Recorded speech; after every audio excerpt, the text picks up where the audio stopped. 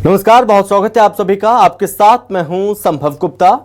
जबलपुर में हिंदू संगठनों का हंगामा देखने को मिला, जहां पर मड़ई मस्जिद को हिंदू संगठनों ने अवैध बताया।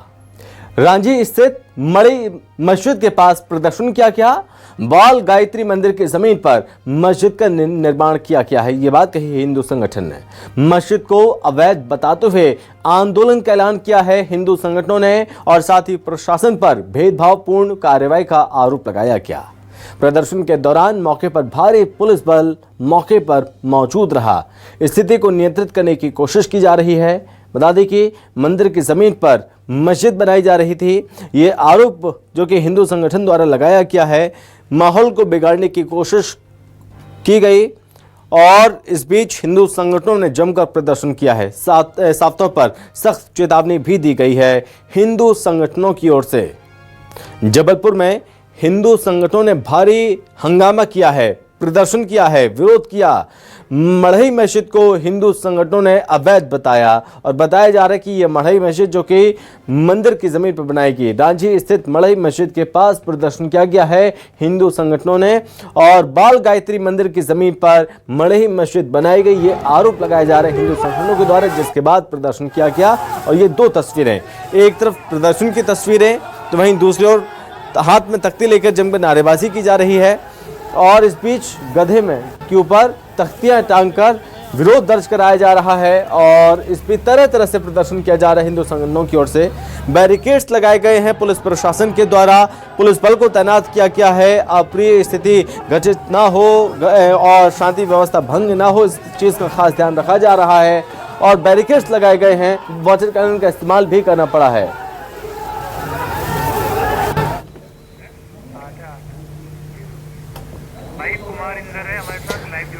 इस पर ज्यादा जानकारी के साथ संवाददाता कुमारिंदर हमारे साथ जुड़ रहे हैं। कुमारिंदर, मंदिर की जमीन पर मस्जिद बनाई गई, ये इस तरह के आरोप लगाए जा रहे हैं। क्या जानकारी इस पूरे मामले पर, किस तरह का माहौल इस वक्त देखने को मिल रहा है? देखिए, हिंदूवादी संगठन का सिर्फ आरोप नहीं है, बल्कि उनके पास कुछ प्रमाण है, जिसको लेकर उन्होंने कोर्ट में भी चैलेंज किया, प्रशासनिक अधिकारियों को भी दिया है। और वे साफ वो दावा कर रहे थे लंबे समय से कि प्रशासनिक अधिकारी जांच करा ले, कोर्ट चले जाए, चाहे जहां चले जाए, हम गलत है तो फिर हमारे खिलाफ भी FIR करे, और यदि सही है हमारे आरोप तो उस पर कार्रवाई भी करे। तो प्रशासन का इस पर अभी तक कोई जवाब नहीं आया। वही जांच का सिलसिला चल रहा है। पिछली बार भी हिंदूवादी संगठन, तमाम विहिप बजरंग दल के लोग यहाँ पहुंचे थे और आंदोलन किया था, और आज फिर उन्होंने कड़ी चेतावनी दी थी। उसी आंदोलन के तहत आज यहाँ पर पहुंचे और भारी हंगामा यहाँ पर किया। आप देख सकते हैं कि अभी भी जो है, मैं आपको तस्वीरें पहले फटाक से दिखा दूं, उसके बाद बातचीत का सिलसिला आगे बढ़ाऊंगा, कि सैकड़ों की संख्या में बजरंग दल के कार्यकर्ता, विश्व हिंदू परिषद के कार्यकर्ता यहाँ पर पहुंचे हुए हैं, और यहीं से थोड़ी सी दूर पर जो है वो मस्जिद है। और जब यहाँ पर पुलिस ने उनको रोकने की बैरिकेडिंग की, जैसा कि उन्होंने कलेक्टर का अर्थी जुलूस निकाल कर यहाँ पहुंचे, तो यहाँ पर ये बैरिकेडिंग आप देख सकते हैं कि मेरे पीछे बैरिकेडिंग है, इसको तोड़ के हिंदूवादी संगठन जैसे ही आगे मस्जिद की ओर बढ़े, पुलिस ने उन पर वाटर कैनन का इस्तेमाल किया, और यहाँ तक कि पुलिस और कार्यकर्ताओं के बीच में झड़प भी देखने को मिली। कुछ कार्यकर्ताओं को हालांकि हल्की चोट आई है। और मेरे साथ हिंदूवादी संगठन के विहिप के नेता भी है, सुमित जी, मैं उनसे बातचीत करूंगा। क्या ऐसी जरूरत आन पड़ी कि आज बैरिकेडिंग तोड़ के, सीमाएं तोड़ के आगे बढ़ना पड़ा आपको? हम न्याय प्रणाली पे विश्वास करते हैं। सन 2019 से हम इस केस को लेकर लड़ रहे हैं कि गायत्री बाल मंदिर की भूमि ऑन रिकॉर्ड दस्तावेजों में गूगल मैप में दर्ज है। सन 2021 में तहसीलदार महोदय ने इसको अवैध ठहराया कि ये भूमि पर अवैध रूप से अवैध निर्माण किया गया, बाल गायत्री मंदिर की भूमि पे बना। उसका भी रिकॉर्ड हमने कल मीडिया के माध्यम से सबको सौंपा है। दूसरा पक्ष जब हाईकोर्ट गया, हमने भी हाईकोर्ट में जिस प्रकार से केवियट दाखिल करके अपना पक्ष रखने की तैयारी करी। जब आपके पास दस्तावेज है तो आपने केस क्यों विड्रॉल कर लिया? दूसरे पक्ष ने हाईकोर्ट से केस विड्रॉल कर लिया, उसके भी दस्तावेज कल हमने मीडिया को सौंपा है। 21/7/2025 को कलेक्टर महोदय के न्यायालय में हमारा केस पंजीबद्ध था। हमको अपनी सुनवाई के लिए वहां पहुंचना था और हमको अपना पक्ष रखना था। हमारा बिना पक्ष सुने हुए एक पक्षी कार्रवाई करते हुए कलेक्टर महोदय ने फेसबुक के माध्यम से सारी की सारी भूमि दूसरे पक्ष को दे दी। हमारा पक्ष भी नहीं सुना। तो कहीं ना कहीं लोकतांत्रिक देश में जिस प्रकार से संविधान की हत्या की गई है और कानून की हत्या की गई है कलेक्टर महोदय के द्वारा, हम चाहते हैं कि ऐसे कलेक्टर को जबलपुर में रहने का अधिकार नहीं। आपकी लड़ाई अब क्या प्रशासन से सीधा है या फिर मस्जिद के लिए? हम न्याय प्रणाली के माध्यम से ही अपने केस को जीतेंगे, लेकिन जिस प्रकार से कलेक्टर महोदय ने कृत्य किया है, एक पक्षी कार्रवाई करते हुए बिना सुने फैसला सुना दिया है, ऐसे कलेक्टर महोदय जो बिक गए, पैसों में लालच में बिक गए हैं, लोकतांत्रिक देश में संविधान की हत्या करी, संवैधानिक पद में बैठने का उनको अधिकार नहीं है। कोर्ट में केस चल रहा है इस मामले का, तो फिर प्रशासन ने कैसे फैसला ले लिया? यही हमारा कहने का मतलब है कि 21 जुलाई को जब कलेक्टर कोर्ट में हमारा केस चल रहा है, हमको अपना पक्ष रखना था, तो उन्होंने कितने हतोत्साहित होकर फेसबुक के माध्यम से फैसला सुना दिया।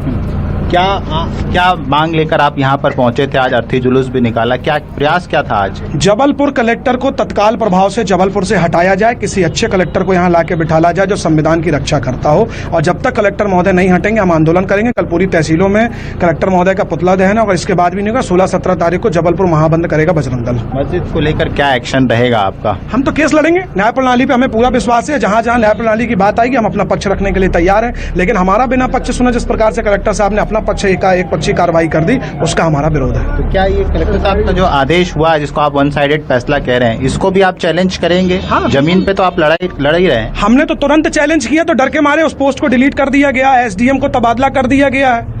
क्यों? कलेक्टर साहब को डर तो है कि कार्रवाई गलत हो गई, तब तो एसडीएम का तबादला कर दिया उन्होंने, और उसके बाद फेसबुक से अपने कलेक्टर आईडी से पोस्ट डिलीट कर दी। क्यों डिलीट करी? आप में दम थी तो उस पोस्ट को यथावत रखते, हम आपको हाई कोर्ट में चैलेंज देते। मस्जिद कमेटी कोई बातचीत इस बारे में हो पाई है? कुछ समझ में आया कि क्या चाह? नहीं, हमारा उनसे कोई वो नहीं है, हम तो अपनी भूमि के लिए लड़ रहे हैं। वो अपना पक्ष रखे, हम अपना पक्ष रखेंगे, जो जीतेगा वो अपनी मंदिर बनाएगा।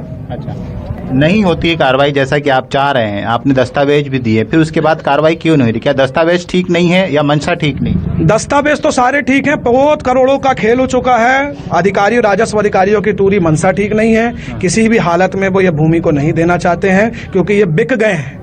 इन्होंने लाखों करोड़ों रुपए लेके ये भूमि दूसरे पक्ष को, विशेष समुदाय को दान में दे दी। बहुत गंभीर आरोप लगा रहे हैं। क्या ये संभव है कि वन साइडेड फैसला करते सारे कागजात आदि आपके पास हैं? तो आप बताइए कि मेरे पास मेरे भूमि के दस्तावेज है जो ऑनलाइन में दिखा रहे हैं। हाँ। गूगल अर्थ में आप जैसे ही जाएंगे तो गूगल अर्थ में दिखाएगा कि जिस भूमि में राजस्व रिकॉर्ड में गायत्री बाल मंदिर के दस्तावेज दिखाई दे रहे, उस भूमि पे अवैध निर्माण किया गया है। तो जब इतने डॉक्यूमेंट्स हमारे पास है, तो कलेक्टर महोदय ने किस आधार पर फैसला सुनाया वो हमें बताइए। एसडीएम की जांच में क्या निकला, जिनको आप कह रहे हैं कि हटाया गया है? जिस एसडीएम को हटाया गया, उनके पास भी दस्तावेज दूसरे पक्ष ने लाए थे। मैंने कल दस्तावेज सारी मीडिया को दिए, उन्होंने सारे से खारिज किया था कि ये बिल्कुल आपके दस्तावेज नहीं है, ये बाल गायत्री मंदिर की भूमि है। क्या एक्शन क्या रहेगा अगला आपका? यदि, क्योंकि आपने तो कह दिया कि फैसला हो चुका है, फिर ऐसे में फैसला हम हाईकोर्ट जाएंगे, हाईकोर्ट नहीं होगा हम सुप्रीम कोर्ट जाएंगे। हम अपनी न्यायालय की प्रक्रिया हम करेंगे, लेकिन न्यायालय प्रक्रिया के अंतर्गत ऐसे संवैधानिक पद पर बैठने वाले, दुरुपयोग करने वाले कलेक्टर को नहीं रहने देंगे। आज आप लोग बैरिकेडिंग भी तोड़ के आगे बढ़े?